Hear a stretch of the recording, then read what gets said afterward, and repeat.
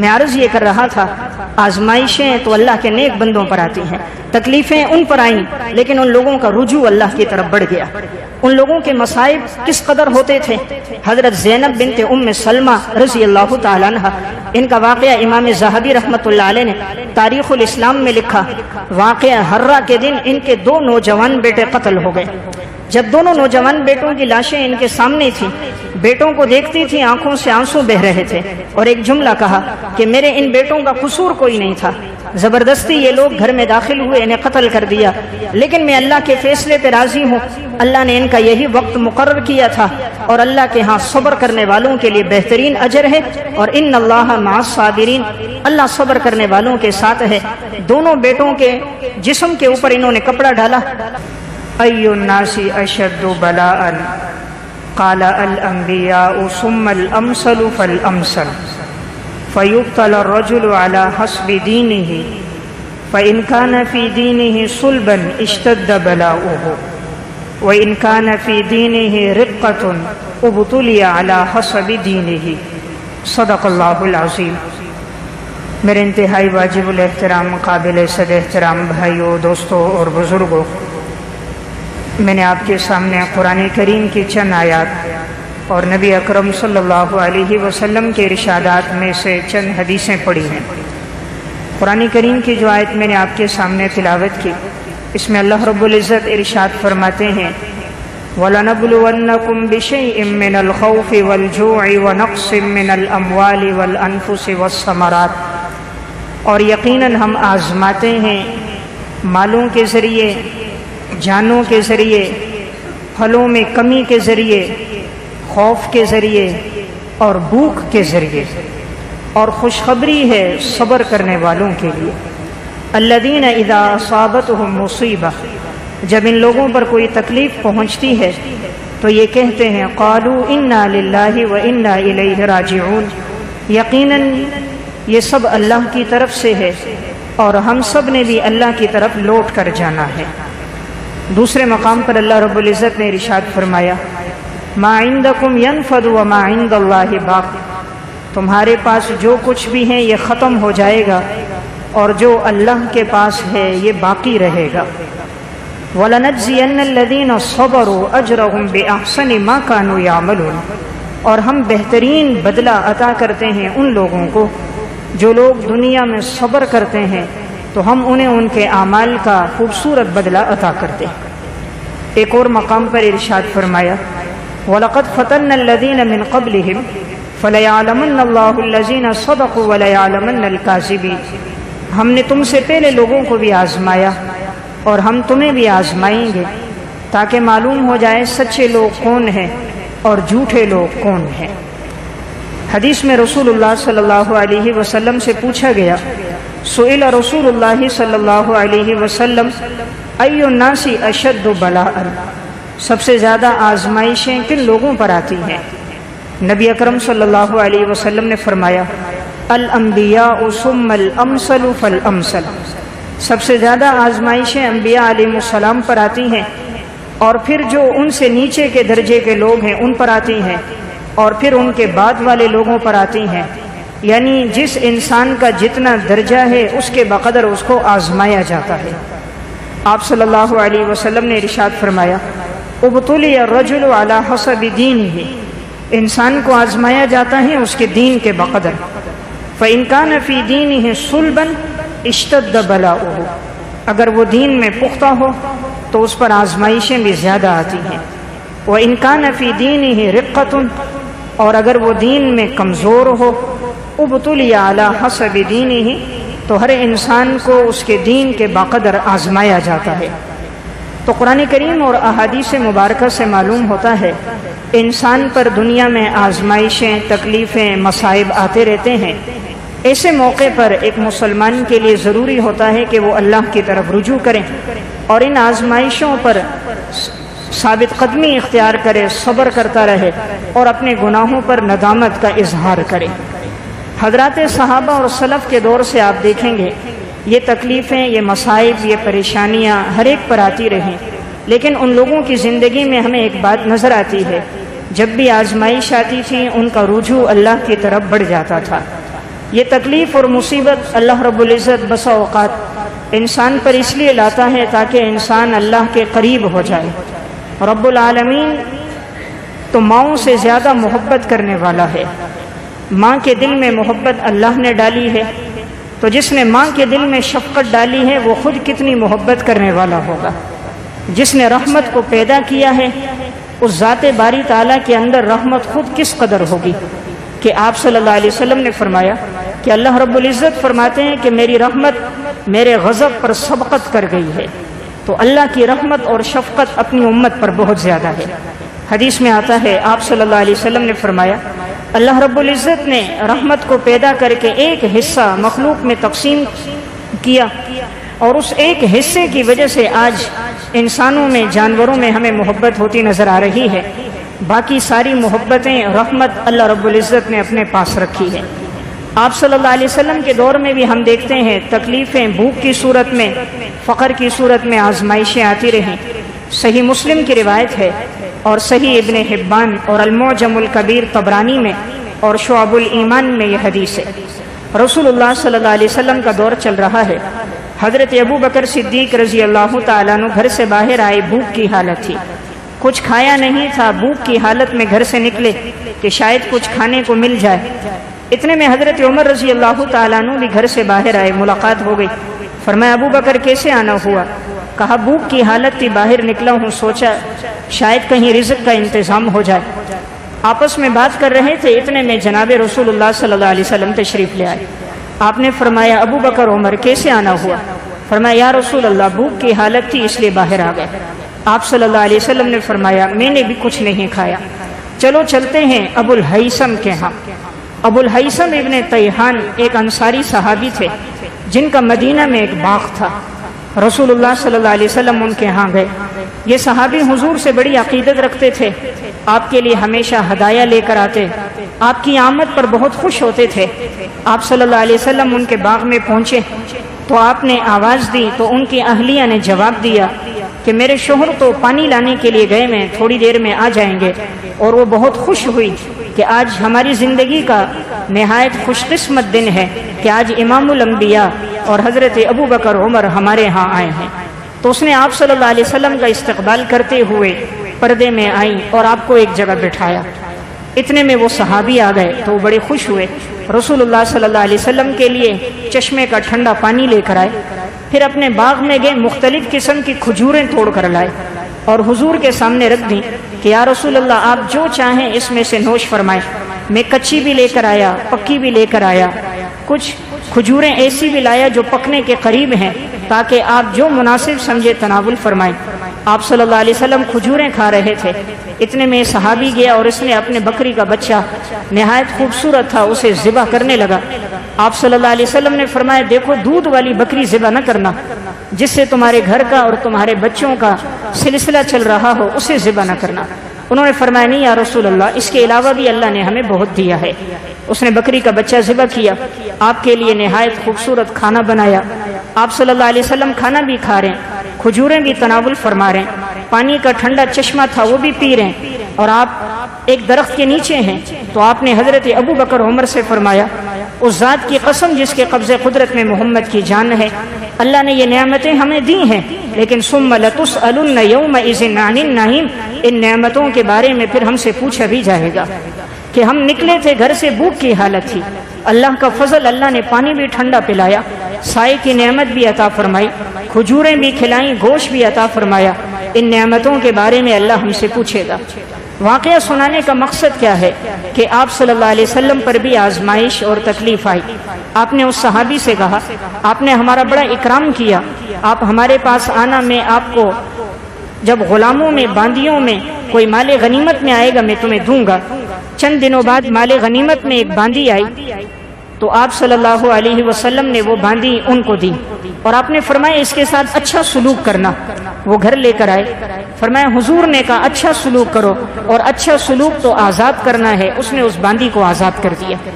واقعہ سنانے کا مقصد آزمائشیں آپ صلی اللہ علیہ وسلم کے دور میں بھی آئی، لیکن حضرات صحابہ اور سلف کی زندگی میں ہمیں ایک بات نظر آتی ہے، جب کوئی تکلیف آتی وہ فوراً اللہ کی طرف رجوع کر دیتے۔ امام ابو اللیث سمرقندی رحمۃ اللہ علیہ نے تنبیہ الغافلین میں واقعہ لکھا، حضرت عبداللہ بن عباس رضی اللہ تعالیٰ عنہ سواری پہ جا رہے ہیں، راستے میں خبر آئی آپ کی بیٹی کا انتقال ہو گیا۔ حضرت عبداللہ بن عباس سواری سے نیچے اترے، وضو کیا، 2 رکعت نماز پڑھی، دعا کرنے لگے۔ خادم قریب آ گئے، حضرت موت کی خبر آئی، لیکن آپ نے نہ جزا فضا کیا اور نہ آپ نے کوئی گلہ شکوہ کیا، سواری سے اترے، 2 رکعت نماز پڑھی، وجہ کیا ہے؟ فرمایا قرآن کریم میں اللہ رب العزت نے فرمایا یا ایھا الذین آمنوا استعینوا بالصبر والصلاۃ ان اللہ مع الصابرین، اے ایمان والو جب تم پر مصیبت آئے تم اللہ سے مدد طلب کرنا نماز کے ذریعے، صبر کے ذریعے، تم اللہ سے مدد طلب کرنا نماز کے ذریعے، صبر کے ذریعے۔ تو میرے گھر پر مصیبت آئی تو میں نے وہی کیا جس کا اللہ نے حکم دیا، تو میں نے نماز پڑھی اور میں نے صبر کیا کہ میں ایمان والا ہوں، مسلمان اللہ کے فیصلے پر راضی ہوتا ہے۔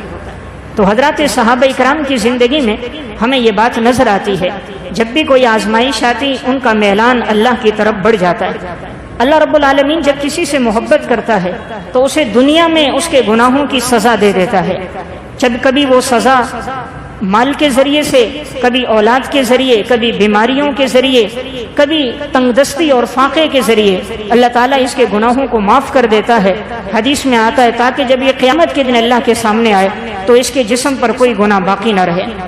دنیا میں کوئی واقعہ ہوتا ہے اس کے پیچھے اللہ کی حکمت ہوتی ہے، انسان سمجھتا ہے ویسے ہو گیا، ویسے نہیں ہوتا، ہر کام کے پیچھے رب العالمین کی بڑی حکمتیں ہوتی ہیں۔ انسان راستے میں چلتا چلتا بھی کہیں بھٹک جاتا ہے، راستہ بھول جاتا ہے، گاڑی پنچر ہو جاتی ہے، اس کے پیچھے بھی اللہ کا کوئی فیصلہ ہوتا ہے۔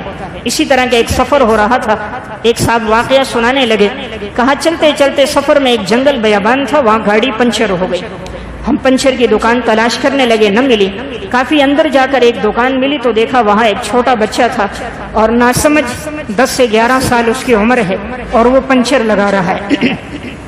اس نے گاڑی کا ٹائر کھولا، پنچر لگانے لگا۔ ہمیں اس پہ بڑا رحم اور ترس آیا کہ یہ بچے کے پڑھنے کا زمانہ ہے، یہ اس کے بچپن کا زمانہ ہے کہ وہ پڑھ لیتا، لکھ لیتا، لیکن یہ اس مزدوری میں لگا ہے، شاید اس کے گھر کے حالات کچھ اس قسم کے ہوں گے جسے اس نے ان حالات میں مجبور کیا ہوگا۔ انہوں نے اس سے پوچھا بیٹا کیوں کام کر رہے ہو؟ انہوں نے کہا گھر میں کمانے والا کوئی نہیں، والد کا انتقال ہو گیا، 2 بہنیں ہیں، والدہ ہیں، تو جو دن بھر میں ملتا ہے یہ لے کر جاتا ہوں۔ کہا کتنا ملتا ہے؟ کہا 100-150 روپے ملتا ہے۔ کہا اس سے کیا ہوتا ہے؟ کہا اللہ کا شکر ہے، اس سے اچھا گزارا ہو جاتا ہے۔ جس شخص کی گاڑی تھی اس نے وہاں جو مالک دکان کا تھا اس سے کہا تم اس بچے کو پڑھاؤ، اس کی والدہ سے کہو یہ بچہ پڑھے۔ اس سے پوچھا پڑھنے کا شوق؟ فرمایا چچا جان بہت شوق ہے لیکن گھر کے حالات ایسے ہیں۔ فرمایا اسے پڑھاؤ، جتنا مہینے کا اس کا خرچہ گھر کا ہے میں وہ بھی بھیجوں گا، اور جتنا اس کی تعلیم کا خرچہ ہے میں وہ بھی بھیجوں گا۔ اس کا گھر اگر قریب ہے اس کی والدہ سے ملوں۔ انہوں نے کہا فلاں جگہ جھونپڑی میں رہتے ہیں۔ وہ وہاں پہنچے، ملاقات ہوئی اور انہوں نے اس سے کہا اس بچے کو تعلیم دو، جتنا خرچہ ہوگا میں دوں گا۔ تو چنانچہ اس بچے کو اس نے تعلیم پہ لگایا، ہر مہینے ترتیب بنا کر ان کے ایک عزیز کے ذریعے وہاں تک وہ خرچہ بھجوا دیتا۔ تو واقعہ سنانے کا مقصد یہ بچہ پڑھتا رہا۔ ایک عرصے دراز کے بعد جب اس نے ایم اے کر دیا، ایک سرکاری نوکری پر لگا، اس کے لگنے کے کئی عرصے کے بعد یہ اس سے ملنے کے لیے آیا۔ یہ شخص تو بوڑھا ہو گیا تھا، آنکھوں کی بینائی بھی کچھ کمزور تھی۔ وہ بہت بڑا ہدیہ لے کر پوچھتے پوچھاتے اپنے اسی عزیز کی وساطت سے اس تک پہنچا اور اسے یہ ہدیہ دینے لگا۔ اس نے پوچھا تم کون ہو؟ کہا میں وہی ہوں کہ جس کے پاس آپ آئے تھے، آپ کی گاڑی پنچر ہوئی تھی اور آپ نے میرے گھر کا اور میری پڑھائی کا تمام اخراجات آپ نے برداشت کیے۔ آج میں یہاں تک پہنچ گیا کہ الحمدللہ میں اپنے قدموں پہ کھڑا ہو گیا اور اس وقت میری اتنی اچھی تنخواہ موجود ہے۔ یہ سب آپ کا پیچھے کردار ہے، بدلہ تو اللہ آپ کو دے گا، لیکن میں ایک تھوڑا سا ہدیہ لے کر آیا ہوں، اسے آپ قبول کرو۔ اس نے وہ ہدیہ دیا، وہ شخص خوش ہو گیا کہ الحمدللہ اللہ نے اس بچے کو نوازا۔ واقعہ سنانے کا مقصد گاڑی پنچر ہوئی، وہ پنچر لگانے کے لیے بیابان میں گیا، اللہ نے اس کے ذریعے اس کے گھر کے رزق کا دروازہ بھی کھول دیا، اس بچے کو اللہ نے تعلیم بھی دلا دی۔ دنیا میں جو واقعہ ہوتا ہے میرے رب کی بڑی حکمتیں ہوتی ہیں۔ انسان نادان ہے اللہ کی حکمتوں کو سمجھ نہیں سکتا، بچہ بیمار ہو جاتا ہے، نوکری نہیں لگتی، فقر اور تنگدستی آ جاتی ہے، گھر میں فاقے آ جاتے ہیں، مسائل بیماریاں بڑھ جاتی ہیں۔ اللہ چاہتا ہے یہ میرا بندہ میرے گھر پر آ جائے، یہ میرے سامنے سر بسجود ہو جائے، یہ اپنے گناہوں پہ ندامت کے 2 آنسو بہا دے۔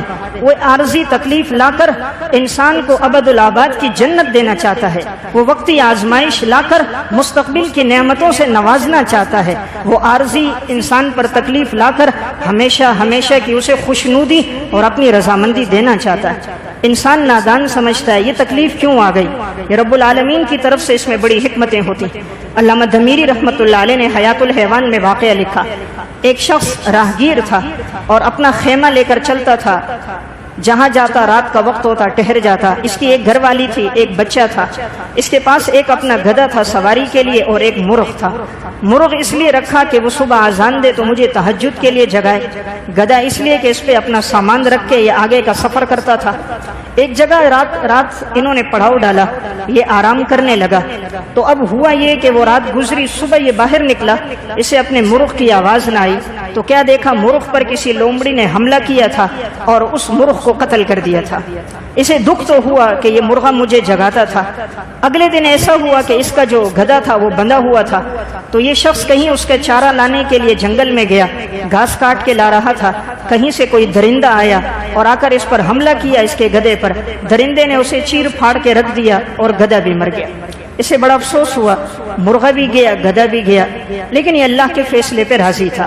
کہتے ہیں ایک دن گزرا، تیسرا دن گیا، جب چوتھی رات آئی، اسے معلوم نہیں تھا اس علاقے والوں کی کہیں دشمنی چل رہی تھی اور دشمن نے رات کے اندھیرے میں ان پورے علاقے والوں پہ حملہ کر دیا۔ اس دور میں تو لائٹیں ہوتی نہیں، روشنی کا انتظام ہوتا نہیں۔ علامہ دمیری حیات الحیوان میں لکھتے ہیں جب یہ حملہ ہوا وہ لوگ آگ لگاتے، خیموں کو آگ لگاتے، گھروں کو آگ لگاتے، درختوں کو آگ لگاتے، تو اس آگ کی وجہ سے جانور شور مچاتے تھے، تو انہیں جہاں جہاں جانوروں کی آواز آتی وہ ان گھروں پہ حملہ کر کے ان گھروں کو آگ لگا دیتے، جو ملتے انہیں قتل کر دیتے۔ اس طرح انہوں نے قتل عام شروع کر دیا۔ اس کے گھر میں چونکہ مرغا اسے لومڑی کھا گئی، گدھے پر درندے نے حملہ کر دیا، گھر میں جانور کوئی موجود نہیں تھا، یہ خیمے کے اندر میاں بیوی اللہ کا ذکر کر کے اللہ سے مدد مانگ رہے تھے۔ وہ سمجھے کہ یہ خیمہ ہے، اس میں کوئی نہیں ہوگا، ہوتا تو کوئی نہ کوئی آواز آتی، تو کوئی آواز نہیں آئی، سارے علاقے کو لوٹ مار کے وہ لوگ چلے گئے۔ اللہ تعالیٰ نے انہیں زندگی عطا فرما دی۔ صبح یہ شخص اٹھا، 2 رکعت صلاۃ و شکر ادا کرنے لگا کہ اگر یہ میرا مرغ ہوتا، میرا یہ گدھا ہوتا، اس وقت یہ بدک جاتا، آواز نکال دیتا، شاید ہماری زندگی بھی نہ رہتی۔ رب العالمین کے ہر کام میں بڑی حکمتیں ہوتی ہیں۔ دنیا میں جو فیصلہ اللہ تعالیٰ کرتا ہے اس میں بڑی بندے کے لیے مستقبل کے لحاظ سے بڑی حکمتیں ہوتی ہیں۔ آج ہم سمجھتے ہیں ہمارے اوپر آزمائشیں آئیں، آزمائشیں تو سب سے زیادہ ان لوگوں پر آئیں۔ میں چند ایک واقعات عرض کروں گا جس سے معلوم ہوگا آزمائش ان لوگوں پر آئی ہیں، ہم پر اتنے مصائب اور حالات نہیں آئے۔ آپ ایک حضرت ایوب علیہ الصلوۃ والسلام کا واقعہ ہی دیکھ لیجئے۔ اللہ رب العزت کے جلیل القدر پیغمبر ہیں، رب العالمین کے انتہائی عبادت گزار تھے۔ ابلیس نے کہا تھا یہ اس لیے عبادت کرتے ہیں، آپ نے ان کو اولاد دی، دولت دی، جانور دیے، مال و متاع عطا کیا، آپ لے لو، یہ کبھی آپ کی عبادت نہیں کریں گے۔ اللہ رب العزت نے فرمایا میرا یہ بندہ ایوب ہر وقت میرا ذکر کرتا ہے، جتنی آزمائشیں آ جائیں یہ میرا در کبھی چھوڑے گا نہیں۔ کہا نہیں چھوڑ دے گا، کہا جاؤ میں نے تمہیں اختیار دیا، تم ان کے مال و متاع کو ہلاک کر دو۔ اب ہوا یہ کہ ایوب علیہ السلام کے سب بچوں کا انتقال ہو گیا، چھت نیچے گری، بچے چھت کے نیچے دب گئے، انتقال ہو گیا، جو جانور تھے وہ بھی مر گئے، جو سواریاں تھیں وہ بھی ہلاک ہو گئیں، جو زمینیں تھیں ان کی فصلیں بھی تباہ ہو گئیں، اپنے جسم پر بھی بیماری لگ گئی۔ 17 سال تک ایوب علیہ السلام بیمار رہے، 17 سال تک بیماری بھی، ایسی کروٹ بدلنا مشکل تھا، لیکن ہر وقت زبان پر اللہ کا شکر ہوتا تھا، اللہ کی یاد ہوتی تھی، کسی لمحے وہ اللہ سے غافل نہیں ہوئے۔ تو اللہ رب العزت نے 17 سال کی آزمائش کے بعد پھر اس وقت ابلیس سے کہا تھا تو کہتا تھا کہ یہ بندہ اس لیے شکر کر رہا ہے، اس کے پاس مال ہے، دولت ہے، اولاد ہے، دیکھ میں نے سب کچھ لے لیا، مال بھی لیا، اولاد بھی لی، جسم پہ بیماریاں بھی لگا دی، لیکن میرے بندے نے ایک لمحے کے لیے مجھ سے توجہ نہیں ہٹائی۔ میں عرض یہ کر رہا تھا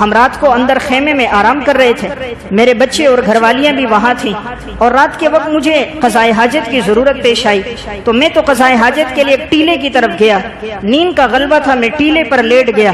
اچانک سیلاب آیا.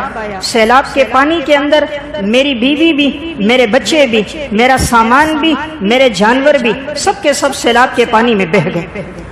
ایک میرا بچہ باقی رہا جو دودھ پیتا بچہ تھا.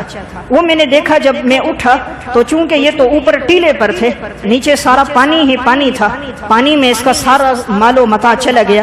کہا میرا ایک بچہ تھا اسے بھیڑیے نے منہ میں لیا ہوا پہاڑ کی طرف دوڑ رہا تھا اور میرا جو اونٹ تھا جیسے سیلاب آیا وہ دوڑتے ہوئے پہاڑ کی طرف چڑھ گیا تھا. میں نے اپنے بچے کو بھیڑیے کے منہ میں دیکھا تو میں پہاڑ کی طرف بھاگا کہ چلو سب چلے گئے, اس کو تو بچا لو. آگے بڑھا وہ بھیڑیا اور آگے بڑھا اور اس نے اپنے دانتوں میں نوچ کر میرے اس بچے کا خون پی لیا. جب تک میں پہنچا تھا میرے اس بچے کا انتقال ہو گیا تھا. اب میں نے سوچا بیوی بھی گئے, بچے بھی گئے, ساز و سامان بھی گیا, مال و متاع بھی گیا. چلو ایک اونٹ وہ پہاڑ پر رہ گیا, اسے پکڑتا ہوں, اس پہ سوار ہو کر آگے کا سفر کروں گا. کہا میں اونٹ کے پیچھے بھاگنے لگا. چونکہ سیلاب آیا تھا جانور بھدک گئے تھے. اونٹ کے پیچھے گیا, پکڑنے لگا, اس نے لات ماری. کہا یہ میرے منہ پہ لگی, ناک کی ہڈی ٹوٹ گئی, دانت ٹوٹ گئے, آنکھوں کی بینائی چلی گئی. فاصبحت بلا عین ولا ولد ولا مال ولا اہل. فرمایا بادشاہ سلامت, آج میں نے صبح کی ہے, میرا مال بھی نہیں, میری دولت بھی نہیں, میری سواریاں بھی نہیں, میری بیوی بھی نہیں, میرے بچے بھی نہیں, میری آنکھوں کی بینائی بھی نہیں. بادشاہ نے واقعہ سنا, اس نے کہا عروہ کو جا کر کہو دنیا میں آزمائشیں ایسے ایسے لوگوں پر بھی آتی ہیں, تم نے سمجھا تمہاری تکلیف, کہا اس کی آزمائش تو سب سے بڑھ کر ہے. تو کہا جب صبح ہوئی تو نہ مال رہا, نہ دولت رہی, نہ جائیداد رہی, نہ پیسہ رہا, نہ اولاد رہی, نہ سواری رہی, نہ آنکھوں کی بینائی میری باقی رہی. تو میں عرض کر رہا تھا انسان پر جب کوئی آزمائش آئے وہ اللہ کی طرف رجوع کرے. حالات کے بدلتے وقت نہیں لگتا. آج دیکھیں یہی لوگ تھے, سیلاب کے اندر ان کے گھر بھی چلے گئے, مال بھی چلا گیا, سواریاں بھی چلی گئی, جانور بھی چلے گئے, سر چھپانے کی جگہ بھی باقی نہیں رہی. انسان ہمیشہ اللہ کی طرف رجوع کرے, حالات جیسے بھی ہوں کبھی بھی تکبر نہ ہو, اللہ کی طرف رجوع ہو, گناہوں پہ ندامت ہو. انسان کی ساری اکڑ رب کی پکڑ کے ایک جھٹکے میں نکل جاتی ہے. بھلا انسان کس چیز پر تکبر کرے گا؟ اتراتا ہوا چلے گا تو کیوں چلے گا؟ اس لیے بایزید بستامی فرمانے لگے ایک شخص کو جب اکڑتے ہوئے دیکھا, فرمایا اپنی حقیقت پہ غور کرو, تم ایسے نطفے سے پیدا ہوئے جس کے نکلنے سے غسل فرض ہو جاتا ہے, اور پھر تم ماں کی شرمگاہ سے نکل کر دنیا میں آئے, 2 مرتبہ شرمگاہ سے نکل کر آئے ہو, اور آخر میں پھر بدبودار بن جاؤ گے, قبر کے کیڑے تمہیں کھائیں گے, مٹی ہو جاؤ گے, تکبر کیوں کرتے ہو؟ یعنی انسان اپنی حقیقت پہ غور کرے کس چیز سے وہ بنا. اس لیے ہمیشہ اللہ کی طرف رجوع ہو. حالات مصائب جتنے بھی آئیں, مسلمان اللہ کے فیصلوں پہ راضی ہوتا ہے, یہ ہمارے گناہوں کی وجہ سے ہوتا ہے. رب العالمین تو بندوں سے بڑی محبت فرمانے والا ہے. اللہ رب العزت فرماتا ہے ظہر الفساد فی البر والبحر بما کسبت ایدی الناس, کہ خشکی میں تری میں جو فساد ہوتا ہے انسان کے گناہوں کی وجہ سے نظر آتا ہے. من یعمل سوءا یجز بہ, یہ گناہوں کا بدلہ ہوتا ہے جو ہم تمہیں دے رہے ہوتے ہیں. وما اصابکم من مصیبت فبما کسبت ایدی الناس, انسان پر جو مصیبت تکلیف آتی ہے وہ اس کی اپنی بدعمالیوں کی وجہ سے آتی ہے. تو میں عرض کر رہا تھا ہر مصیبت سے بڑی مصیبت موجود ہوتی ہے. انسان پر جب حالات آئیں وہ اللہ رب العزت کی طرف رجوع کر کے اپنے گناہوں پر ندامت کے 2 آنسو بہائے. علامہ یافعی رحمۃ اللہ علیہ نے روض الریاحین فی حکایات الصالحین میں واقعہ لکھا. فرماتے ہیں ابو الحسن سراج رحمۃ اللہ علیہ بیت اللہ کا طواف کر رہے تھے. طواف کے دوران ایک خاتون تھی, وہ لبیک اللہم لبیک جب پڑھتی, تلبیہ پڑھتی تو اس انداز میں پڑھتی جو سنتا اس پہ وجد طاری ہو جاتا. اس کے دل سے یہ الفاظ نکلتے تھے, آنکھوں سے اس کے آنسو بہتے تھے.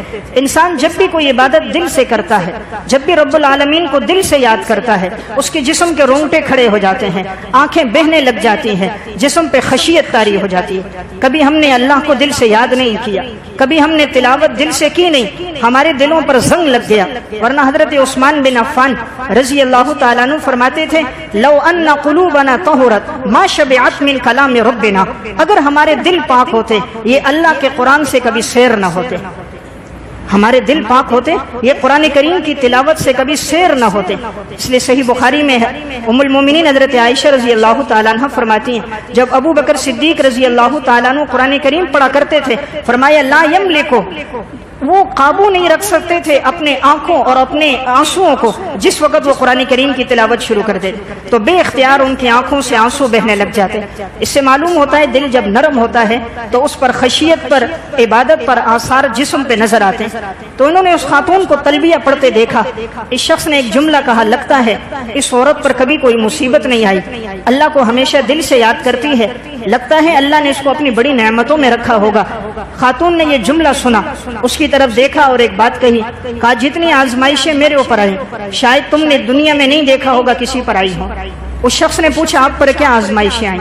علامہ یافعی رحمہ اللہ روز الریاحین میں لکھتے ہیں اس عورت نے واقعہ سنایا. کہا میرے 3 بیٹے تھے اور ایک بیٹی تھی. کہا عید الاضحیٰ کا موقع تھا، میرے شوہر نے گھر میں بکری ذبح کی. میرے جو 2 بچے تھے انہوں نے اپنے والد کو دیکھا جب وہ بکری ذبح کر رہے تھے. بچے ناسمجھ تھے. والد جب چلا گیا گھر کے اندر چونکہ یہ تیز دھار آلہ چھری کا پڑا ہوا تھا تو اب ایک دوسرے سے کہنے لگا ابو نے جس طرح بکری ذبح کی ہے میں تمہیں نہ بتاؤں. تو اس نے کہا چلو ٹھیک ہے. اس نے اس کو لٹایا. والدہ بھی گھر پہ نہیں تھی، باپ بھی نہیں تھا. تو اس نے وہ جو تیز چھری تھی وہ تو آپس میں کھیل رہے تھے، انہیں کیا معلوم تھا، نادان تھے. اس نے جو تیز چھری چلائی تو ایک دم بچے کا حلق بالکل الگ ہو گیا. اب جو بھائی نے دیکھا بھائی کے جسم سے خون بہ رہا ہے تو یہ فوراً وہاں سے جنگل کی طرف بھاگا. اب تو ماں باپ مجھے نہیں چھوڑیں گے، بھائی تو مر گیا. اب جب یہ واپس آئے والدین گھر آ کر دیکھا بیٹا ذبح پڑا ہے، دوسرا بیٹا گھر پر نہیں ہے. وہ سمجھے کہیں واقعی بدک گیا ہوگا. کہا چلو اس کو تلاش کریں، ایک چلا گیا دوسرا تو مل جائے. یہ باپ تلاش کرنے کے لیے نکلا، بیابانوں میں تلاش کرتا رہا، آگے جاتا رہا، تلاش کرتا رہا. جنگل تھا، آگے بڑھتے بڑھتے بیٹے کی محبت میں اتنا آگے نکل گیا. پیاس کی شدت تھی، بھوک کی حالت تھی، واپس لوٹنے لگا. بھوک کی حالت میں یہ نیچے گرا، گر کر اس کا انتقال ہو گیا. اب یہ خاتون کہتی ہے میری ایک چھوٹا بچہ تھا، 1.5 سے 2 سال اس کی عمر تھی اور وہ آہستہ آہستہ اپنے جسم کے زور پر آگے چلا کرتا تھا. تو کہا میں نے ہانڈی چولہے پہ رکھی ہوئی تھی کھانے کے لیے، تو یہ بچہ میں نے رکھا، کافی دیر ہو گئی، شوہر بھی واپس نہیں آیا. ایک بیٹا ذبح ہو گیا، دوسرے کا بھی پتہ نہیں چلا. کہا میں جا کر پتہ کرتی ہوں. معلومات لینے کے لیے خاتون کہتی ہے میں باہر گئی، دائیں بائیں دیکھا، تلاش کیا، لوگوں کو بتایا، کوئی پتہ نہ چلا. اتنے میں جب گھر آ رہی تھی وہی بچہ گھسٹتے گھسٹتے ہانڈی تک پہنچا. ہانڈی گرم تھی، اس نے جو ہاتھ مارا وہ گرم ہانڈی بچے کے اوپر گری، بچہ بھی جھلس کر انتقال ہو گیا. اب یہ خاتون کہتی ہے میری بیٹی شادی شدہ تھی. شادی شدہ بیٹی کو جب یہ سارے واقعے کا دوسرے دن علم ہوا، 2 بھائیوں کا بھی انتقال ہو گیا، باپ کا بھی انتقال ہو گیا، چھوٹے بیٹے کا بھی انتقال ہو گیا. ان سے یہ برداشت نہ ہوا، اس بہن نے ایک چیخ ماری، اس کا بھی انتقال ہو گیا. وہ خاتون کہتی ہے 2 دن کے اندر میرے 3 بیٹوں کا، میری 1 بیٹی کا اور میرے شوہر کا انتقال ہوا. میں نے 2 دنوں میں 5 جنازے اٹھائے اور اب میرا دنیا میں کوئی نہیں رہا. نہ بیٹے رہے، نہ بیٹیاں رہی، نہ اولاد رہی، نہ شوہر رہا. دنیا میں کوئی مال و متاع باقی نہیں. اس شخص نے دیکھا آنکھوں میں آنسو آ گئے. کہا تم تو اللہ کو ایسے یاد کرتی تھی کہ شاید تمہاری زندگی میں تو کوئی آزمائش ہی نہیں آئی. اس نے قرآن کی آیت پڑھی انما یوفی الصابرون اجرهم بغیر حساب. اللہ کا قرآن میں وعدہ ہے ہم صبر کرنے والوں کو اتنا دیتے ہیں کہ اس کا اجر اور حساب ہی کوئی نہیں. کہا میرا اللہ کے وعدے پر ایمان ہے. اللہ نے فرمایا ہم صبر کرنے والوں کو اتنا دیتے ہیں اس کا حساب کوئی نہیں. میں نے قرآن پڑھا، قرآن نے کہا کہ اللہ صابرین کے ساتھ ہے. تو میں نے کہا چلو میرے بچوں کا ساتھ چھوٹا، رب العالمین کا ساتھ تو میرے ساتھ. تو میں عرض کر رہا تھا ہر آزمائش سے بڑی آزمائش موجود ہے. اس لیے انسان کو ہم وقت اللہ کی طرف رجوع رکھنا چاہیے. حالات کے پلٹتے ٹائم نہیں لگتا. جو واقعہ میں نے عرض کیا 1 دن پہلے تک تمام دولت بھی، پیسہ بھی، اولاد بھی، سواریاں بھی، سیلاب کا پانی آیا. کہاں وہ کل تک عرش پہ تھا، پرسوں وہ فرش پہ نظر آیا. حالات کے بدلتے کوئی وقت نہیں لگتا. ہر چیز پر اختیار میرے رب کا ہے. ما عندکم ینفد وما عند اللہ باق. تمہارے پاس جو کچھ ہے ختم ہو جائے گا، جو تیرے رب کے پاس ہے وہ ہمیشہ ہے اور باقی رہے گا. اللہ یہ آزمائشیں لا کر اپنے بندوں کو بتاتا ہے کہ میرے بندوں میری طرف رجوع رکھو. لیکن ان آزمائشوں میں ہمارا کیا کام ہوتا ہے؟ ہمارے 3 کام ہوتے ہیں. پہلا کام یہ ہوتا ہے ہم اللہ کی طرف رجوع کریں. دوسرا کام ہم انہیں اپنی دعاؤں میں یاد رکھیں. تیسرا کام جتنا اللہ نے دیا ہو ہم اپنی وسعت کے مطابق ان کے ساتھ تعاون کریں. خیر خواہی کا جذبہ رکھیں، اللہ نے جو کچھ دیا ہو ان کے ساتھ تعاون ہو۔ اللہ نے مسلمانوں میں بڑی ہمدردی کا جذبہ رکھا، اس کی مثالیں نہیں ملتی۔ جب بھی کبھی ایسا کوئی واقعہ پیش آیا، کیا مسلمان بچے اور بچیاں، کیا جوان اور بوڑھے، ان کے واقعات جب انسان سنتا ہے ایمان تازہ ہو جاتا ہے کہ الحمدللہ جو ایمان اور ایثار کا جذبہ 1200 سال پہلے مسلمان میں تھا آج بھی وہ نظر آتا ہے۔ آج یہ واقعہ پیش آیا تو ایک بچہ اسلام آباد میں ایک ایک گھر میں جاتا ہے اور وہاں سے پیسے جمع کرتا ہے سیلاب زدگان کے لیے۔ جب وہ لے کر شام کو لوٹتا ہے تو 1250 روپے اس نے جمع کر دیے ہوتے ہیں۔ ایک بچہ جو اس نے پیسے جمع کر کے اپنا ہی گلا لا کر دیتا ہے اور توڑ کر یہ جو پیسے ہیں یہ سیلاب زدگان کے کام آ جائیں۔ مردان میں ایک بچہ جس نے اپنے پیسے جمع کر کر کے عمرے کا اپنے لیے اتنے رقم جمع کی تھی کہ عمرہ کروں گا، 65,000 روپے لے کر جب وہ کیمپ میں آتا ہے جھولی میں رکھ کر پیسے وہاں ڈالنے لگتا ہے، کوئی 5 روپے کے سکے، کوئی 10 روپے کے نوٹ، کوئی 50 کا نوٹ، کوئی 100 کا نوٹ لا کر وہاں دیتا ہے، یہ سیلاب زدگان کے کام آئیں گے۔ الحمدللہ اللہ نے مسلمان میں ایمان کا بڑا جذبہ رکھا، اللہ نے ہمدردی اور ایثار ان میں بہت رکھی۔ جب بھی کبھی حالات پیش آئے آپ کو اگلی صفوں میں نظر آنے والے یہی ایمان والے ہوتے تھے، چاہے دشمن سے معرکہ ہو یا حالات اور آزمائشیں ہوں، ہمیشہ انہوں نے بڑھ چڑھ کے حصہ لیا۔ لیکن کچھ ضمیر فروش بھی ہوتے ہیں جو ان واقعات میں ان پیسوں کو غلط استعمال کرتے ہیں، جو ان کو پیسوں کو لے کر اپنے اکاؤنٹ بھرنا شروع کر دیتے ہیں۔ یاد رکھیں یہ جو مال ہوتا ہے چونکہ یہ سب کا مال ہوتا ہے، ہر ایک نے اپنا حصہ ڈالا ہوتا ہے۔ ایک آدمی کا آدمی مال کھا لے، چلو ممکن ہے اس سے وہ معافی مانگ لے، حقوق العباد ہے، جب اتنے سارے لوگوں کا اس میں حق ڈلا ہوا ہو اور کوئی غلط استعمال کر دے، اللہ پھر ایسے آدمی کو آخرت سے پہلے پہلے دنیا میں بھی سزا دیتا ہے۔ ڈاکٹر عبدالغنی فاروق نے مکافات عمل میں واقعہ لکھا، کہا ایک بس جا رہی تھی، بس کے اندر اچانک سفر کرتے کرتے ایک خاتون نے شور مچایا کہ میری شلوار کے اندر سانپ آ گیا، سانپ آ گیا۔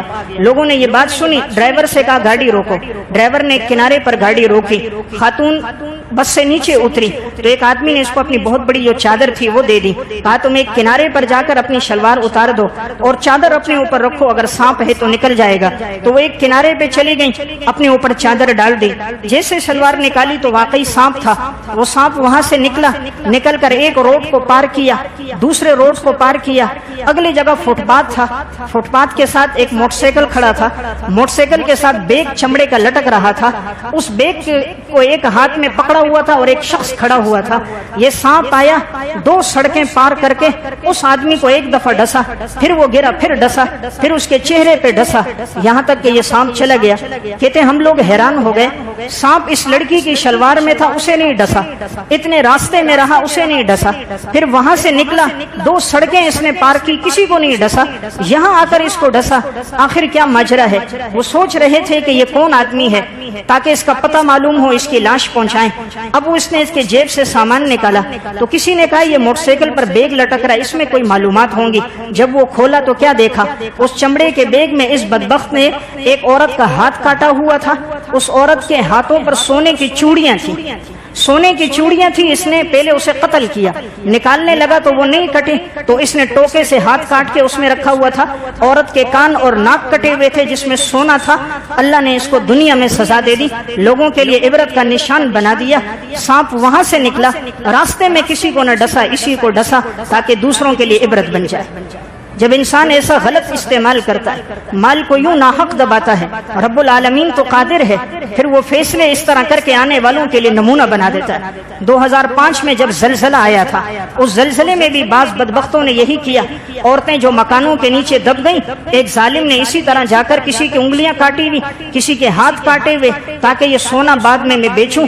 تو ایک جگہ گاڑی میں سفر لوگ کر رہے تھے تو اچانک گاڑی میں سانپ آ گیا، کسی نے کہا سانپ ہے گاڑی روکو، تو ایک نے کہا صبر میں پکڑ کے باہر پھینکتا ہوں۔ ایک ان میں ماہر تھا، اس نے پکڑا سانپ کو جو باہر پھینکا، سامنے سے ایک گاڑی گزر رہی تھی تو اچانک وہ سانپ اس کے اندر گاڑی میں گیا، اس شخص کو ڈسا، وہ مر گیا۔ لوگ کہنے لگے یار اس کا ناحق قتل ہو گیا۔ گاڑی کو کھولا، اس کا سامان دیکھ رہے تھے، کوئی معلومات مل جائے، پیچھے اس کے بریف کیس کھولے تو ان دنوں کے اندر، زلزلے کے دلوں میں، اس بدبخت نے اسی طرح کسی عورت کی انگلیاں کاٹی ہوئی، کسی کے کان، کسی کے ہاتھ کاٹے ہوئے تھے اور اس کے اندر سے سونا زیورات نکلے تو اللہ نے یہ سزا دے کر سب کے سامنے اس واقعے کو نمودار کر دیا۔ اس لیے میں عرض کر رہا ہوں، ایسے موقع پر جو خود غرض ہوتے ہیں، مال کو ناحق اور غلط استعمال کرتے ہیں، رب العالمین تو دیکھ رہا ہوتا ہے، پھر اللہ ایسی سزا دیتا ہے کہ وہ آنے والوں کے لیے عبرت کا نشان بن جاتے ہیں۔ اللہ ہم سب کو عمل کی توفیق عطا فرمائے۔